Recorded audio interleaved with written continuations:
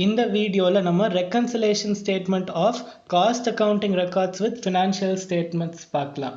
சரி, என்ன அப்படின்னா காஸ்ட் அக்கவுண்டிங் ரெக்கார்ட்ஸில் ஒரு சில என்ட்ரிஸ் போட மாட்டோம்.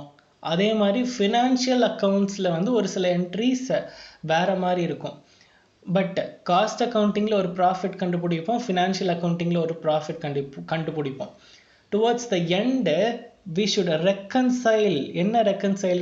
ஃபினான்ஷியல் அக்கவுண்ட்ஸ்லையும் காஸ்ட் அக்கவுண்ட்ஸ்லையும் என்னென்ன ரீசன்னால இந்த ப்ராஃபிட்ல டிஃப்ரென்ஸ் வந்துச்சுன்னு சொல்லி we have to reconcile. So ரெண்டு ப்ராஃபிட் வரும். என்னது? காஸ்ட் அக்கவுண்டிங் ரெக்கார்ட்ஸில் ஒரு ப்ராஃபிட், காஸ்ட் ஷீட் போடுவோம்ல அதில் லாஸ்ட்டில் ப்ராஃபிட் வரும். அந்த ப்ராஃபிட்க்கும் ஃபினான்ஷியல் அக்கவுண்ட்ஸ் மெயின்டைன் பண்ணுவோம். என்னது? ட்ரேடிங் P&L பேலன்ஸ் ஷீட் போடுவோமா, அப்போ P&L நெட் ப்ராஃபிட்னு ஒரு ப்ராஃபிட் வருமா, அந்த ப்ராஃபிட்டுக்கும், அதாவது காஸ்ட் ஷீட்டில் வர ப்ராஃபிட்க்கும் என்னோட ட்ரேடிங் P&L வர நெட் ப்ராஃபிட்டுக்கும் டிஃப்ரென்ஸ் வரும். அது எதனால டிஃப்ரென்ஸ் வருது அப்படின்னு சொல்லி ஐ have to prepare a reconciliation statement. It is not complicated, it is same as bank reconciliation statement. அங்கே என்ன கான்செப்டோ அதே கான்செப்ட் தான் இங்கேயும், அதே ஃபார்மேட் தான்.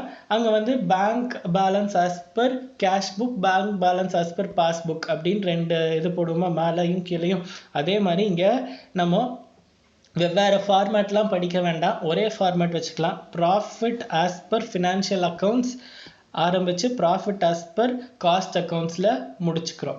அதே மாதிரி ஆட் பண்ண வேண்டிய ஐட்டம்ஸ் அண்ட் லெஸ் பண்ண வேண்டிய ஐட்டம்ஸ், இது மட்டும் கரெக்டாக எதை ஆட் பண்ணணும் எதை மைனஸ் பண்ணணும்னு தெரிஞ்சிருச்சுன்னா முடிஞ்சுது. சரி, அடுத்தது இந்த சம்முக்குள்ளே போகிறதுக்கு முன்னாடி ஒரு சின்னதாக ஒரே ஒரு லாஜிக் சொல்லி தந்துடுறேன். அண்டர் ரெக்கவரி இப்படின்னு ஒரு ஐட்டம் இருக்கும், அதே மாதிரி ஓவர் ரெக்கவரின்னு ஐட்டம் இருக்கும். நான் அண்டர் ரெக்கவரி மட்டும் எப்படி ட்ரீட்மெண்ட்டுன்னு சொல்லி கொடுக்குறேன். இதோட ஆப்போசிட் ட்ரீட்மெண்ட் தான் ஓவர் ரெக்கவரி. சரியா? அண்டர் ரெக்கவரினா என்ன? ஆக்சுவல் இஸ் ஹையர் தேன்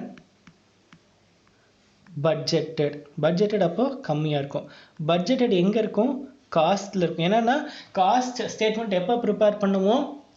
இயரோட பிகினிங்கில் ஒரு பட்ஜெட் மாதிரி ப்ரிப்பேர் பண்ணுவோம். ஸோ காஸ்ட் அக்கவுண்டிங் ரெக்கார்ட்ஸில் இருக்கிறது பட்ஜெட்டட் அண்ட் ஆக்சுவல்ஸ் வந்து ஃபினான்ஷியல் அக்கௌண்ட்ஸில் இருக்கும். சரியா? இதோட ட்ரீட்மெண்ட் என்னன்னு நம்ம சம்மில் பார்த்துடலாம். இந்த லாஜிக் மட்டும் ஞாபகம் வச்சுக்கோங்க. இதோட ஆப்போசிட் தான். இதே ஆக்சுவல்ஸ் கம்மியாக இருந்து பட்ஜெட்டட் அதிகமாக இருந்தால் அது வந்து ஓவர் ரெக்கவரி. அண்டர் ரெக்கவரினா ஆக்சுவல்ஸ் அதிகமாக இருக்கும், பட்ஜெட்டட் கம்மியாக இருக்கும். இந்த ஒன்றுத்தை மட்டும் ஞாபகம் வச்சுக்கோங்க. இதோட ஆப்போசிட் தான் வந்து ஓவர் ரெக்கவரின்னு மட்டும் தெரிஞ்சு வச்சுக்கோங்க. ஓகே, இங்கே ஃபஸ்ட்டு நமக்கு என்ன வேணும்? Profit as per financial accounts வேணும். கரெக்டாக? இங்கே கொஸ்டினில் கொடுத்துருக்காங்களா? Profit as per financial account 64,500 எடுத்து எழுதிடலாம். சரி, கொஸ்டினில் profit as per cost accounts கொடுத்துருந்தா எடுத்து எழுதிக்கலாம். அப்படி கொடுக்கல அப்படின்னா நம்ம தான் கண்டுபிடிக்கணும். சரி, profit as per cost accounts கொடுத்துருக்காங்களா? எஸ், 86,460 அது எழுதிடலாம். ஓகே, இப்போ லைனாக ஒரு ஐட்டமாக படிச்சுட்டு வரலாம். படிச்சுட்டு வந்து நம்ம சம் போட்டுடலாம். இதுக்கு வந்து எந்த ஒரு ஃபார்மேட்டும் பைஹார்ட் பண்ணாதீங்க, மக்கப் பண்ணாதீங்க. பேங்க் ரெக்கன்சிலேஷன் ஸ்டேட்மெண்ட் ஸ்கூல் லெவலில் படிச்சிருக்கும் போது சம்டைம்ஸ் ஃபார்மேட் பைஹார்ட் பண்ணி வச்சுருந்துருப்பீங்க. அந்த மாதிரி எந்த இதுவும் பைஹார்ட் பண்ண வேண்டாம். புக்கில் பார்த்தா ஃபார்மேட்லாம் இருக்கும். Don't by heart the format. Logic understand பண்ணி சம் போடுங்க. சம் நிறைய ப்ராக்டிஸ் பண்ணி யோசிச்சு இந்த லாஜிக் புரிஞ்சு போட கண்டிப்பாக போட முடியும். ஈஸியாக இதுதான் லைக் லாஜிக் அண்டர்ஸ்டாண்ட் பண்ணி போடுறது தான் வந்து ஈஸியஸ்ட் மெத்தட். சரி, first income tax provided in financial books. சரி, இன்கம் டேக்ஸ் வந்து காஸ்ட் ஷீட்டில் எங்கேயாச்சும் இன்கம் டேக்ஸ்ன்னு இருக்கா? இல்லை. But income tax has been provided in financial books. சரி, இன்கம் டேக்ஸுங்கிறது என்னது? எக்ஸ்பென்ஸ். இந்த எக்ஸ்பென்ஸை ஃபினான்ஷியல் புக்ஸில் காமிச்சிருந்தா ஃபினான்ஷியல் ப்ராஃபிட் குறைஞ்சிருக்கும். ஸோ நம்ம என்ன பண்ணுவோம்? காஸ்ட் அக்கௌண்டிங் ப்ராஃபிட் வரணும்னா we will add. இங்கே நம்ம எங்கேருந்து ஆரம்பிக்கிறோம்? ஃபினான்ஷியல் அக்கௌண்ட்ஸ் ப்ராஃபிட்லேருந்து ஆரம்பிக்கிறோம். இந்த இன்கம் டேக்ஸ் ப்ரொவைட் பண்ணனால இந்த ப்ராஃபிட் கம்மியாக இருந்திருக்கும், அதனால we will add. So income tax எவ்வளோ? 20,000 ஆட் பண்ணிக்கலாம். அடுத்தது bank interest credited in financial books. Bank interest கிரெடிட்டட்னா என்ன? It is an income. அந்த இன்கம் வந்து ஃபினான்ஷியல் புக்ஸில் தான் இருக்காமா. அப்போ காஸ்ட் புக்ஸில் இல்லை. அப்போ ஒரு இன்கம் இங்கே இருக்குன்னா அந்த ப்ராஃபிட் ஃபினான்ஷியல் புக்ஸோட ப்ராஃபிட் அதிகமாக இருந்திருக்கும். So we have to reduce that. Bank interest credited எவ்வளோ அமௌண்ட்டு? 250. அடுத்தது work overheads under recovered. Under ரெக்கவர்ட்னா நான் என்ன சொல்லியிருக்கேன்? ஃபினான்ஷியல் புக்ஸில் இந்த எக்ஸ்பென்ஸ் நிறையா இருக்கும், காஸ்ட் புக்ஸில் இந்த எக்ஸ்பென்ஸ் கம்மியாக இருக்கும். எக்ஸ்பென்ஸ் நிறையா இருந்ததுனால என்ன இருந்திருக்கும்? என்னோட ப்ராஃபிட் கம்மியாக இருந்திருக்கும். So I will add back. Expenses அதிகமாக காமிச்சிருக்கோம் எங்கே? ஃபினான்ஷியல் புக்ஸில். அதனால என்னோட ப்ராஃபிட் கம்மியாக இருந்திருக்கும். So I am adding back. Work overheads under recover 1550. Okay. அடுத்தது depreciation charged in financial records 5600, depreciation recovered in cost records 6000. So ரெண்டுத்துலேயுமே depreciation காமிச்சிருக்காங்க. பட் காஸ்டிங்கில் வந்து 6000 காமிச்சிருக்காங்க, இதில் வந்து 5600 தான் காமிச்சிருக்காங்க. ரெண்டுத்துக்குமான டிஃப்ரென்ஸ் 400. ஸோ எதில் அதிகமாக காமிச்சிருக்காங்க? காஸ்டிங்கில் தான் டிப்ரிசியேஷன் அதிகமாக காமிச்சிருக்காங்க. ஸோ 400 எதில் கம்மியாக இருக்குது? எக்ஸ்பென்ஸ் கம்மியாக இருக்குது. Depreciation is an expense. Financial புக்ஸில் எக்ஸ்பென்ஸ் கம்மியாக இருக்குது. அப்போது என்னோட ப்ராஃபிட் அதிகமாக இருந்திருக்கும். எக்ஸ்பென்ஸ் கம்மியாக இருந்தால் ப்ராஃபிட் அதிகமாக இருந்திருக்கும். அதனால ப்ராஃபிட்லேருந்து I have to minus. So depreciation over recovered. ஏன் ஓவர் ரெக்கவர்டுன்னு எழுதுறேன்? அண்டர் ரெக்கவர்டு இங்கே இருக்கு. ஸோ அதுக்கு ஆப்போசிட் ஓவர் ரெக்கவர்டு. அதனால நான் ஓவர் ரெக்கவர்டுன்னு ஒரு வேர்ட் யூஸ் பண்ணிக்கிறேன். ஓகே. அடுத்தது administration over heads over recovered 850. யோசிக்கவே யோசிக்காதீங்க. அண்டர் ரெக்கவர்டு எங்கே எழுதணும்? ஆட்ல எழுதியிருக்கோம். ஸோ ஓவர் ரெக்கவர்டு எங்கே எழுதுவோம்? லெஸ்ல தான் எழுதுவோம். அப்போ administration over heads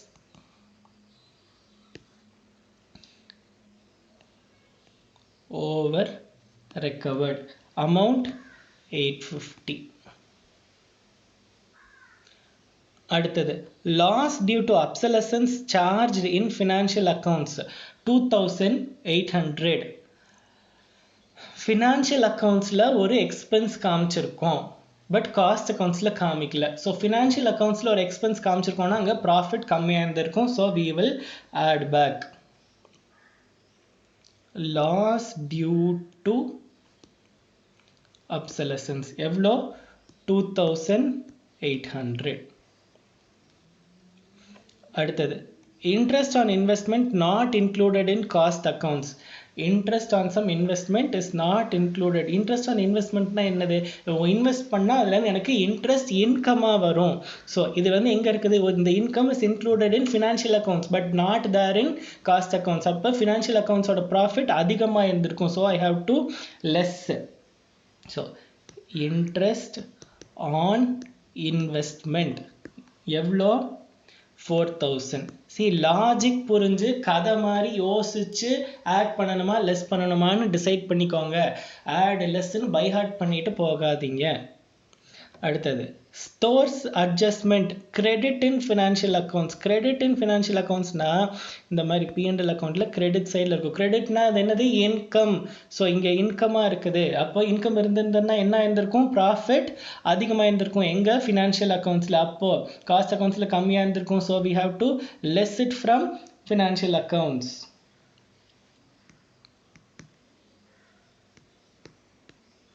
stores adjustment எவ்வளோ? 240. அப்புறம் loss due to depreciation in stock value எவ்வளோ? 3350. லாஸ் டியூ டு டிப்ரிசியேஷன் அப்படின்னா என்னது? டிப்ரிசியேஷன் வந்து எங்கே இருக்கும்? நார்மலாக ஃபினான்ஷியல் அக்கௌண்ட்ஸில் தான் இருக்கும். ஆல்ரெடி ஒரு டிப்ரிசியேஷன் இருந்துச்சு, அதுக்கு வந்து 2 என்ட்ரி இருந்துச்சு, அதை பார்த்துட்டோம். அது இல்லாமல் இன்னொரு டிப்ரிசியேஷன் இவங்க ப்ரொவைட் பண்ணியிருந்திருக்காங்க. இதை வந்து ஃபினான்ஷியல் புக்ஸில் தான் இருக்கும், அது காஸ்ட் அக்கௌண்ட்ஸில் இருந்திருக்காது. ஸோ ஃபினான்ஷியல் புக்ஸில் எக்ஸ்பென்ஸாக காமிச்சிருக்காங்க. அதனால ஃபினான்ஷியல் புக்ஸில் ப்ராஃபிட் குறைஞ்சிருக்கும். So I will add back. Due to depreciation 3350. ஸோ இந்த ஆட் பண்ண வேண்டிய ஐட்டம்ஸ் எல்லாம் ஆட் பண்ணால் எனக்கு எவ்வளோ வரும்? 27,700. இங்கே 250 ப்ளஸ் 400 ப்ளஸ் 850 4,250 எல்லாம் ஆட் பண்ணால் I will get 5,740. ஸோ இதுதான் ஆன்சர். செக் பண்ணிக்கோங்க. 64,500 ப்ளஸ் 27,700 மைனஸ் 5,740 போட்டால் we should get 86,460. அடுத்த சம். அடுத்ததில் நான் வந்து ட்ரேடிங் அக்கௌண்ட், அதாவது ஃபினான்ஷியல் அக்கௌண்ட்ஸில் இருக்கிற ட்ரேடிங் அக்கௌண்ட்டை, ட்ரேடிங் அண்ட் பிஎன்எல் அக்கௌண்ட்டை அப்படியே கொடுத்துட்டேன். அதுக்கப்புறமா இதெல்லாமே வந்து காஸ்ட் ரெக்கார்ட்ஸில் இருக்க அட்ஜஸ்ட்மெண்ட்ஸ். ஸோ இதுக்கு ஏற்ற மாதிரி we have to put entry. First இந்த ஃபினான்ஷியல் அக்கௌண்ட்ஸில் இருக்க ப்ராஃபிட்டையும் காஸ்ட் அக்கௌண்ட்ஸில் இருக்க ப்ராஃபிட்டையும் எடுத்து எழுதிடலாம். ஃபினான்ஷியல் அக்கௌண்ட்ஸில் ப்ராஃபிட் எவ்வளோ இருக்குது? 1,68,000.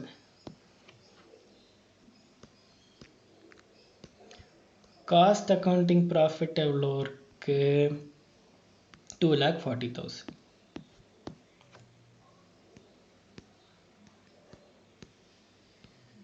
ஓகே, சரி. இப்போ அட்ஜஸ்ட்மெண்ட் ஒன்றா படிச்சிடலாம். அதுக்கு ஏற்ற மாதிரி இங்கே மேலே பிஎன்எல் அக்கௌண்ட்டில் எவ்வளோ இருக்குன்னு பார்ப்போம். அதுக்கு ஆடாக லெஸ்ஸாக நம்ம டிசைட் பண்ணிக்கலாம். First book value of closing stock 7,80,000. இங்கே எவ்வளோ இருக்குது? 7,50,000. ஸோ இது வந்து 7,80,000ங்கிறது ஒரு இன்கம், அதாவது கிரெடிட் சைடில் வரனால I am not going to deal it as closing ஸ்டாக்காக என்ன ஐட்டம்லாம் பார்க்க மாட்டேன். கிரெடிட் சைடில் இருந்தால் தட் இஸ் அன் இன்கம். இப்போ ஃபினான்ஷியல் அக்கௌண்ட்ஸில் இன்கம் கம்மியாக இருக்குது, ஏன்னா இங்கே 7,50,000 தான் காமிச்சிருக்காங்க. அதனால நான் கொண்டு போய் ஆட் பண்ணிடுவேன். க்ளோசிங் ஸ்டாக் எவ்வளோ ஆட் பண்ணுவேன்? 7,80,000 இல்லை, ஆல்ரெடி 7,50,000 இருக்குது. ஸோ டிஃப்ரென்ஸ் இன் அமௌண்ட் 30,000 மட்டும்தான் ஐ வில் ஆட். அடுத்தது factory overheads has been absorbed to the extent of 1,89,800. factory overheads இங்கே எவ்வளோ இருக்கு? 2,10,000 இருக்கு. அது இங்கே வந்து 1,89,800 தான் இருக்கு. ஸோ எக்ஸ்பென்சஸ் வந்து ஃபினான்ஷியல் புக்ஸில் அதிகமாக காமிச்சிருக்காங்க. எக்ஸ்பென்சஸ் அதிகமாக காமிச்சிருந்தா ஃபினான்ஷியல் ப்ராஃபிட் குறைஞ்சிருக்கும். So I will add back. எவ்வளோ? Factory overheads difference in amount மட்டும்தான் ஆட் பேக் பண்ணுவேன். எவ்வளோ difference in amount? 2,10,000 minus 1,89,800 that is 20,200. அடுத்தது sundry income is not considered. சரி, இப்போ என்ன காஸ்ட் அக்கௌண்ட்ஸில் வந்து சன்ட்ரி இன்கம் கன்சிடர் பண்ணல, இங்கே சன்ட்ரி இன்கம் கன்சிடர் பண்ணியிருக்காங்க. ஸோ ஒரு இன்கம் ஃபினான்ஷியல் புக்ஸில் அதிகமாக இருக்குது, அதனால என்னோட ப்ராஃபிட் அதிகமாக இருக்கும். ஸோ இப்போ அதை நான் லெஸ் பண்ணிடுவேன். எவ்வளோ? Sundry income. இதை காமிக்கவே இல்லை, அதனால் என்டையர் அமௌண்ட்டை நான் லெஸ் பண்ணிக்கலாம். அடுத்தது total absorption of direct wages. Direct wages 2,46,000. ஆமாம், இங்கே எவ்வளோ இருக்குது? 2,30,000 தான் இருக்குது. 2,46,000. ஸோ இங்கே எக்ஸ்பென்ஸை கம்மியாக காமிச்சதுனால ஃபினான்ஷியல் புக்ஸில் ப்ராஃபிட் அதிகமாக இருந்திருக்கும். அதனால நான் இங்கே கொண்டு போய் வேஜஸை லெஸ் பண்ணிடுவேன். வேஜஸ் டிஃப்ரென்ஸ் இன் அமௌண்ட் எவ்வளோ? 16,000. அடுத்தது administrative expenses are covered at 3% of selling price. அப்போ 3% of selling price னா எவ்வளோ? selling price என்ன? 34,65,000. அதில் 3% னா we will get 1,03,950. அதே இங்கே எவ்வளோ காமிச்சிருக்காங்க? 95,000. அப்போ சரி, எக்ஸ்பென்சஸ் வந்து கம்மியாக காமிச்சிருக்காங்க. எங்கள் ஃபினான்ஷியல் புக்ஸில் எக்ஸ்பென்சஸ் கம்மியாக காமிச்சிருக்காங்க. அப்போ இந்த எக்ஸ்பென்சஸ் கம்மியாக காமிச்சதுனால நமக்கு என்ன ஆகும்? 1 செகண்ட்.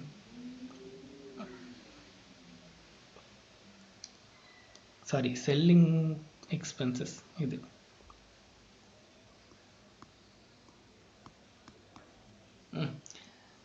Selling expenses 1,03,000. சாரி, எங்கே அதிகமாக காமிச்சிருக்காங்க? எங்கே அதிகமாக காமிச்சிருக்காங்க?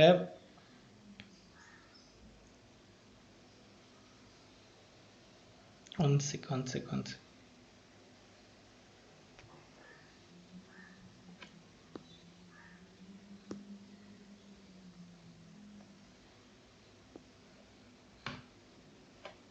sorry, this is administrative expenses.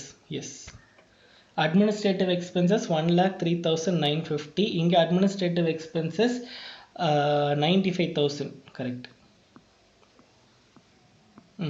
administrative expenses அங்க 1,03,950.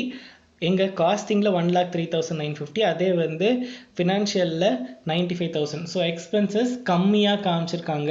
கம்மியா காமிச்சதுனால என்ன இருக்கும், ப்ராஃபிட் அதிகமா இருந்திருக்கும் எங்க ஃபினான்ஷியல் புக்ஸ்ல. அதனால நான் லெஸ் பண்ணிக்குவேன். administrative expenses எவ்வளோ லெஸ் பண்ணுவேன், 1,03,950 மைனஸ் 95,000. ஸோ டிஃபரன்ஸ் அமௌண்ட் தான் லெஸ் பண்ணுவேன், தட் இஸ் 8,950.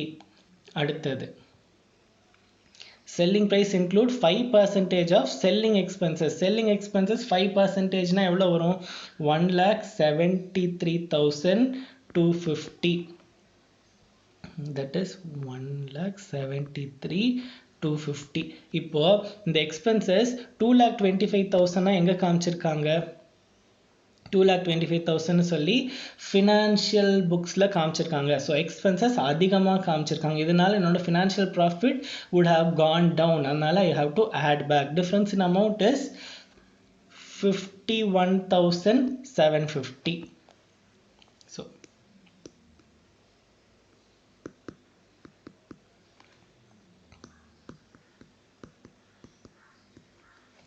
ஸோ இப்போ ஆட் பண்ண வேண்டியதெல்லாம் ஆட் பண்ணிடுறேன். ஏன்னா எல்லா அட்ஜஸ்ட்மெண்ட்டும் முடிஞ்சு. So I will add all the items. 1,01,950. இங்கே 29,950. ஸோ இதை ஆட் பண்ணி, இதை ரெண்டுத்தையும் ஆட் பண்ணி இதை மைனஸ் பண்ணால் we will get 2,40,000. ஓகே, இந்த ஸ்டேட்மெண்ட் ஃபார்மை நான் அக்கௌண்ட் ஃபார்மேட்டில் காமிச்சா that is called as memorandum reconciliation statement. அவ்வளோதான், பெரிய டிஃபரன்ஸ் எல்லாம் இல்லை. ஸ்டேட்மெண்ட்டாக எழுதுனதை நான் டெபிட் சைட் கிரெடிட் சைடுன்னு மாற்றி எழுதுனேன்னா that is called as memorandum reconciliation statement. சரி, எக்ஸாமில் 99% ரெக்கன்சிலேஷன் ஸ்டேட்மெண்ட் போடுங்கன்னு தான் வரும். பட் இன் சம் கேசஸ், ரொம்ப ரேர் கேசஸில் இந்த ட்ரேடிங் P&L ப்ரிப்பேர் பண்ண சொல்லலாம். ஆர் காஸ்ட் ஷீட் ப்ரிப்பேர் பண்ண சொல்லலாம். சரி, ட்ரேடிங் அவங்க P&L கொடுத்துட்டு காஸ்ட் ஷீட் கொடுக்காம இருக்கலாம். ஆர் இதை கொடுத்துட்டு இதை கொடுக்காம இருக்கலாம்.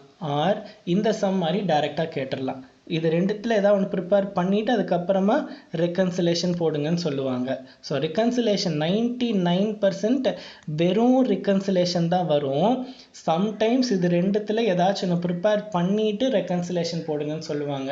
சம்டைம்ஸ் ரொம்ப சிம்பிள் சம்மாக எடுத்துகிட்டு ரெண்டுத்தையுமே ப்ரிப்பேர் பண்ணிவிட்டு ரெக்கன்சிலேஷன் ஸ்டேட்மெண்ட் போடுங்கன்னு சொல்லுவாங்க. பட் 99% ரெக்கன்சிலேஷன் மட்டும்தான் கேட்பாங்க. So don't worry. And reconciliation இவ்வளோ தான். அண்ட் இந்த ரெண்டு ப்ராஃபிட்டில் எந்த ப்ராஃபிட்டை வேணால் கொடுக்காம விடலாம். தட் இஸ் ஃபினான்ஷியல் ப்ராஃபிட் கொடுக்காம விடலாம், ஆர் காஸ்ட் அக்கௌண்ட்ஸ் ப்ராஃபிட் கொடுக்காம விடலாம். நீங்கள் வந்து இதை தூக்கி இங்கே போட்டு இதை தூக்கி இங்கே போட்டு ஃபார்மேட்லாம் மாற்றிட்டு இருக்காதீங்க. எப்போவுமே ஃபினான்ஷியல் ஆரம்பித்து காஸ்ட் அக்கௌண்ட்ஸில் முடிச்சுக்கோங்க.